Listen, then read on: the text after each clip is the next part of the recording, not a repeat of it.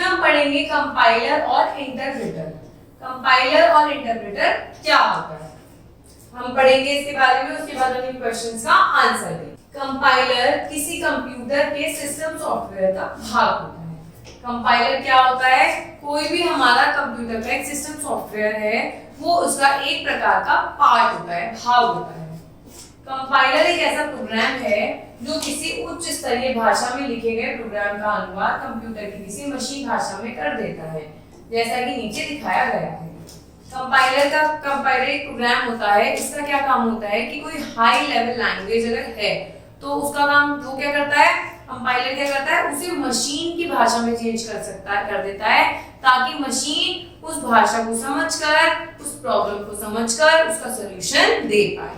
तो कंपाइलर क्या करता है, उच्च स्तरीय कोई हाई लेवल लैंग्वेजेस को अपनी भाषा में, मतलब कि मशीनी भाषा में चेंज करके सॉल्यूशन देने का काम करता है। जैसे कि उच्च स्तरीय भाषा का प्रोग्राम ये रहा, कंपाइलर ने क्या करा, इसको अपनी लैंग्वेज में चेंज, मशीन की लैंग्वेज में चेंज कर दिया। हर प्रोग्रामिंग भाषा के लिए अलग अलग कंपाइलर होते हैं। भाई जितनी भी प्रोग्रामिंग लैंग्वेजेस हैं, जरूर थोड़ा है कि वो मशीन लैंग्वेज को बिल्कुल मैच कर सके। सबकी प्रोग्रामिंग लैंग्वेज अलग अलग होती हैं, तो सब के लिए कंपाइलर भी अलग अलग होता है। पहले वह हमारे प्रोग्राम के हर कथन या आदेश की जांच करता है। कंपाइलर सबसे पहले क्या करता है, हमने जो भी प्रोग्राम बनाया है उसकी हर स्टेटमेंट, हर लाइन को वो टेस्ट करता है कि वह उस प्रोग्रामिंग भाषा के व्याकरण के अनुसार सही है या नहीं, कि वो उस प्रोग्रामिंग के अकॉर्डिंग सही है या नहीं है। यदि प्रोग्राम में व्याकरण की कोई गलती नहीं होती तो कंपाइलर के काम का दूसरा भाग शुरू हो जाता है। सबसे पहले वो चेक करता है कि भाषा के अंदर अपनी प्रोग्रामिंग लैंग्वेज में तो कोई कमी नहीं है। अगर नहीं होती तो कंपाइलर अपना दूसरा काम स्टार्ट करता है। यदि कोई गलती पाई जाती है तो वह बता देता है कि किस कथन में क्या गलती है। कंपाइलर का काम होता है सबसे पहले जो प्रोग्रामिंग लैंग्वेज हम देते हैं कंप्यूटर को, उसे चेक करना कि वो सही है या गलत है। सही होती है तो आगे काम करना स्टार्ट कर देता है, और गलत होती है तो हमें हमारी एरर्स बता देता है, गलतियां बता देता है कि कहाँ गलती है, किन वजह से ये प्रोग्रामिंग लैंग्वेज मशीन लैंग्वेज में नहीं चेंज हो पा रही है। यदि प्रोग्राम में कोई बड़ी गलती पाई जाती है तो कंपाइलर वहीं रुक जाता है। तब हम प्रोग्राम की गलतियां ठीक करके उसे फिर से कंपाइल करके देते हैं।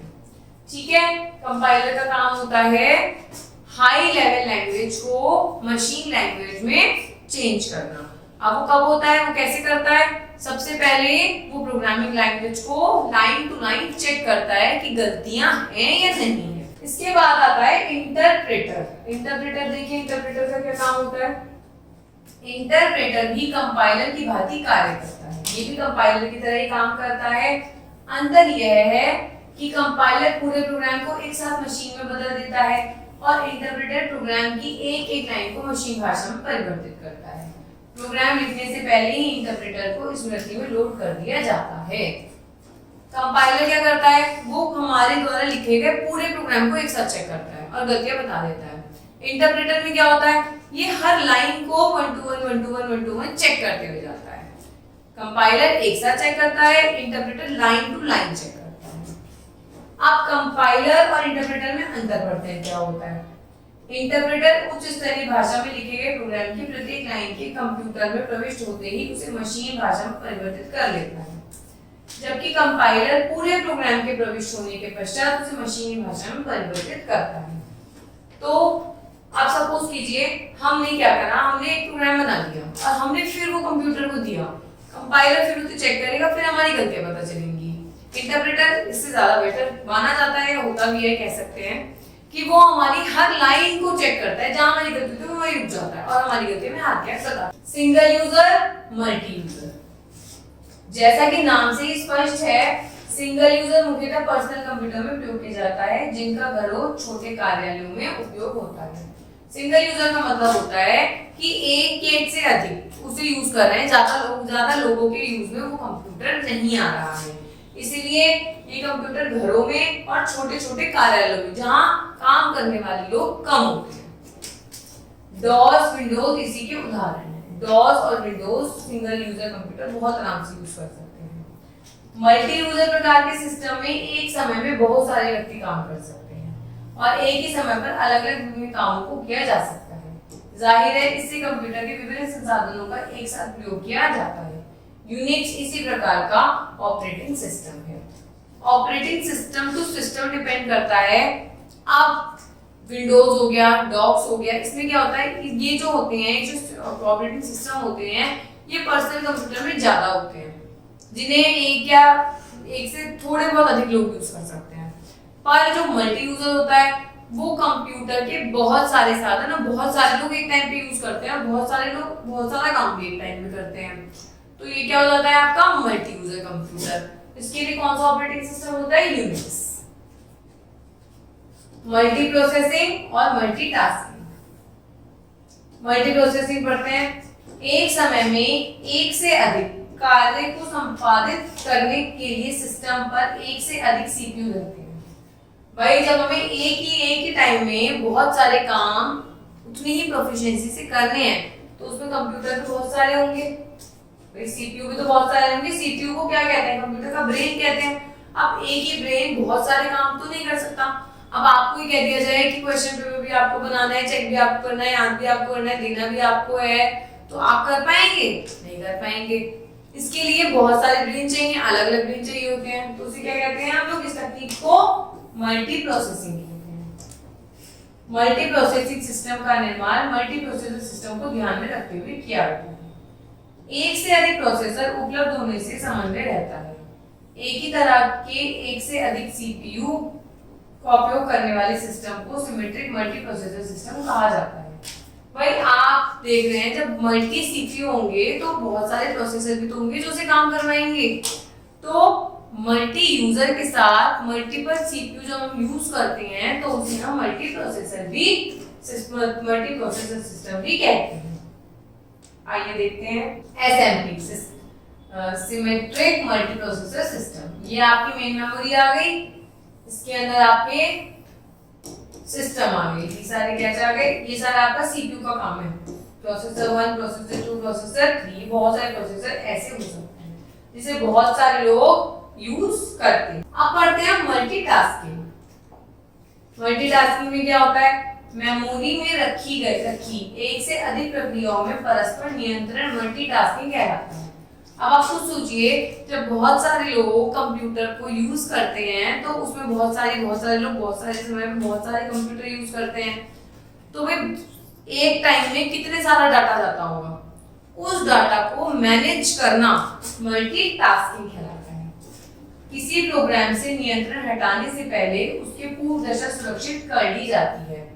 जब नियंत्रण इस प्रोग्राम पर आता है प्रोग्राम अपनी पूर्व अवस्था में रहता है। मल्टीटास्किंग में यूजर को ऐसा प्रतीत होता है कि सभी कार्य एक साथ चल रही हैं। मतलब मल्टीटास्किंग में क्या होता है, ये अपने अकॉर्डिंग काम करता है। भाई किसी को डिलीट करना है तो पहले उसकी मेमोरी का बैकअप ले लेगा, उसके बाद वो डिलीट करेगा। तो इस तरीके से वो क्या करता है, सबसे पहले नियंत्रण हटाता है, सुरक्षित करता है अपने आप को, फिर जब उसमें नियंत्रण आता है तो वो अपने अकॉर्डिंग काम करना शुरू कर देता है। तो हमें ऐसा लगता है कि एक टाइम में बहुत सारे काम कंप्लीट हो रहे हैं, तो इसे हम क्या कहते हैं? मल्टीटास्किंग।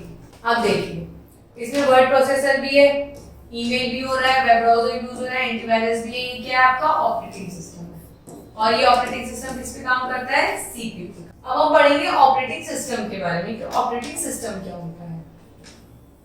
ऑपरेटिंग सिस्टम व्यवस्थित रूप से जमे हुए सॉफ्टवेयर का समूह है जो कि आंकड़ों निर्देशों में संचरण को नियंत्रण करता है।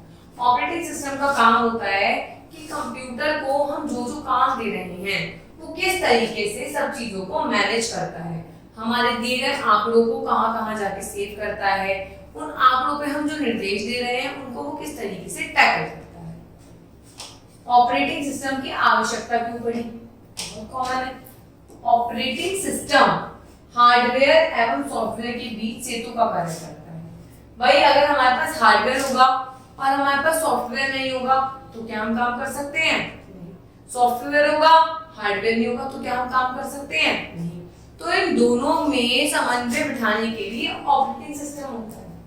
कंप्यूटर का अपने आप में कोई अस्तित्व नहीं है, ये तो आप सबको पता है कि एक मशीन है, इसमें खुद का दिमाग नहीं होता।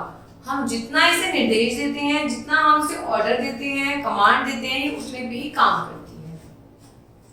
यह केवल हार्डवेयर जैसे कीबोर्ड, मॉनिटर, सीपीयू इत्यादि का समूह है।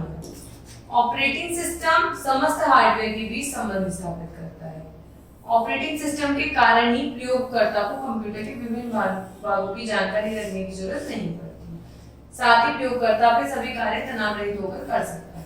भाई ऑपरेटिंग सिस्टम नहीं होता तो हम मेमोरी जहां भी हम कंप्यूटर में डाल रहे हैं तो ये तो हमारी टेंशन में जाती जाएगी, कहाँ सेव कहाँ होगी, पर ऑपरेटिंग सिस्टम इसको अपने बैकअप में सेव कर देता है। यह सिस्टम के साधनों को बांटता एवं व्यवस्थित करता है। सिस्टम के अंदर, ऑपरेटिंग सिस्टम के अंदर हमारे कितने सारे एप्लीकेशंस होती हैं, ये हर एप्लीकेशन को मैनेज करता है। ऑपरेटिंग सिस्टम के कई अन्य उपयोगी विभाग होते हैं जिनके सुपुर्द कई काम केंद्रीय प्रोसेसर द्वारा किए जाते हैं। वही ऑपरेटिंग सिस्टम क्या करता है, एप्लीकेशंस को मैनेज करता है, डाटा को सुरक्षित करता है। इसके अलावा भी बहुत काम करता है, जैसे कि प्रिंटिंग का कोई कार्य किया जाता है तो केंद्रीय प्रोसेसर आवश्यक आदेश देकर वह कार्य ऑपरेटिंग सिस्टम पर छोड़ देता है। भाई कुछ भी प्रिंट होना है, ठीक है, प्रोसेसर ने बता दिया कि इतना प्रिंट, हमने बता दिया कि प्रिंटर से इतना प्रिंट होना है, 50 पेजेस प्रिंट होने हैं, तो प्रोसेसर क्या करता है, ऑपरेटिंग सिस्टम पे छोड़ देता है। अब ऑपरेटिंग सिस्टम में डिसाइड करता है, कैसा करता है कि निर्देशों के हिसाब से जो प्रिंटर मुझे कहा गया है और जितने प्रिंट मुझे कहे गए हैं उतने मुझे निकाल कर दे दें। वह स्वयं अगला कार्य करने लगता है। इसके अतिरिक्त फाइल को पुनः नाम देना, डायरेक्टरी में विषय सूची बदलना, डायरेक्टरी बदलना आदि कार्य ऑपरेटिंग सिस्टम के द्वारा किए जाते हैं। इसके अंतर्गत निम्न कार्य आते हैं, जैसे कि हम फाइल का नेम चेंज करते हैं, ये भी सॉफ्टवेयर के अंदर, ऑपरेटिंग सिस्टम के अंदर ही आता है। अब सॉफ्टवेयर सिस्टम सॉफ्टवेयर के काम पढ़ते हैं। फाइल सिस्टम, फाइल बनाना, मिटाना, फाइल एक स्थान से दूसरे स्थान पर ले जाना, निर्देशिका को व्यवस्थित करना, ये सारा डॉक्यूमेंटेशन का काम कौन करता है, ऑपरेटिंग सिस्टम करता है। प्रोसेस भी ऑपरेटिंग सिस्टम करता है। प्रोग्राम जो हमने डाटा डाला है उनको मेमोरी में बांटना, प्रोसेसर का प्रारंभ एवं समन्वय करना, प्रयोगकर्ता मध्यस्थ फाइल की प्रतिलिपि, निर्देश इत्यादि करने के लिए निर्देशिका से डिस्क टाइप करना आदि। मतलब ये होता है कि ऑपरेटिंग सिस्टम के बिना हम कंप्यूटर को नहीं चला सकते। ऑपरेटिंग सिस्टम हमारे लिए इतना इंपॉर्टेंट होता है कि ये हमारे कंप्यूटर के सारे जरूरी कामों को मैनेज करता है। अब हमें कोई फाइल बनानी है वो भी हम ऑपरेटिंग सिस्टम के द्वारा ही बनाएंगे। अगर हमें फाइल डिलीट करनी है तो भी हम आदेश देंगे तो ऑपरेटिंग सिस्टम उसको फॉलो करेगा। Input output, monitor, printer, disk आदि के लिए मध्यस्थ। अब ये क्या करता है, हमने कंप्यूटर में कीबोर्ड से, इनपुट डिवाइस से कीबोर्ड हमने ए टाइप करा तो ऑपरेटिंग सिस्टम का काम होता है कि कीबोर्ड का और मॉनिटर का समन्वय स्थापित करे कि हमने जो कीबोर्ड से टाइप करा है वो हमें मॉनिटर में दिख जाए। अब हम चाहते हैं कि मॉनिटर का प्रिंट आउट हमें प्रिंटर से मिल जाए, तो मॉनिटर और प्रिंटर के बीच का जो समन्वय है वो ऑपरेटिंग सिस्टम डिसाइड करता है। तो इस प्रकार हम पाते हैं कि कंप्यूटर सॉफ्टवेयर की मदद से अनेकों कार्य बहुत जल्दी कर लेता है। तो ऑपरेटिंग सिस्टम कंप्यूटर का बेस होता है जिसके द्वारा हम अपने सारे कामों को सरल तरीके से कर सकते हैं और अनेक कार्य एक समय पे अनेकों कार्यों को हम कर सकते हैं। Thank you.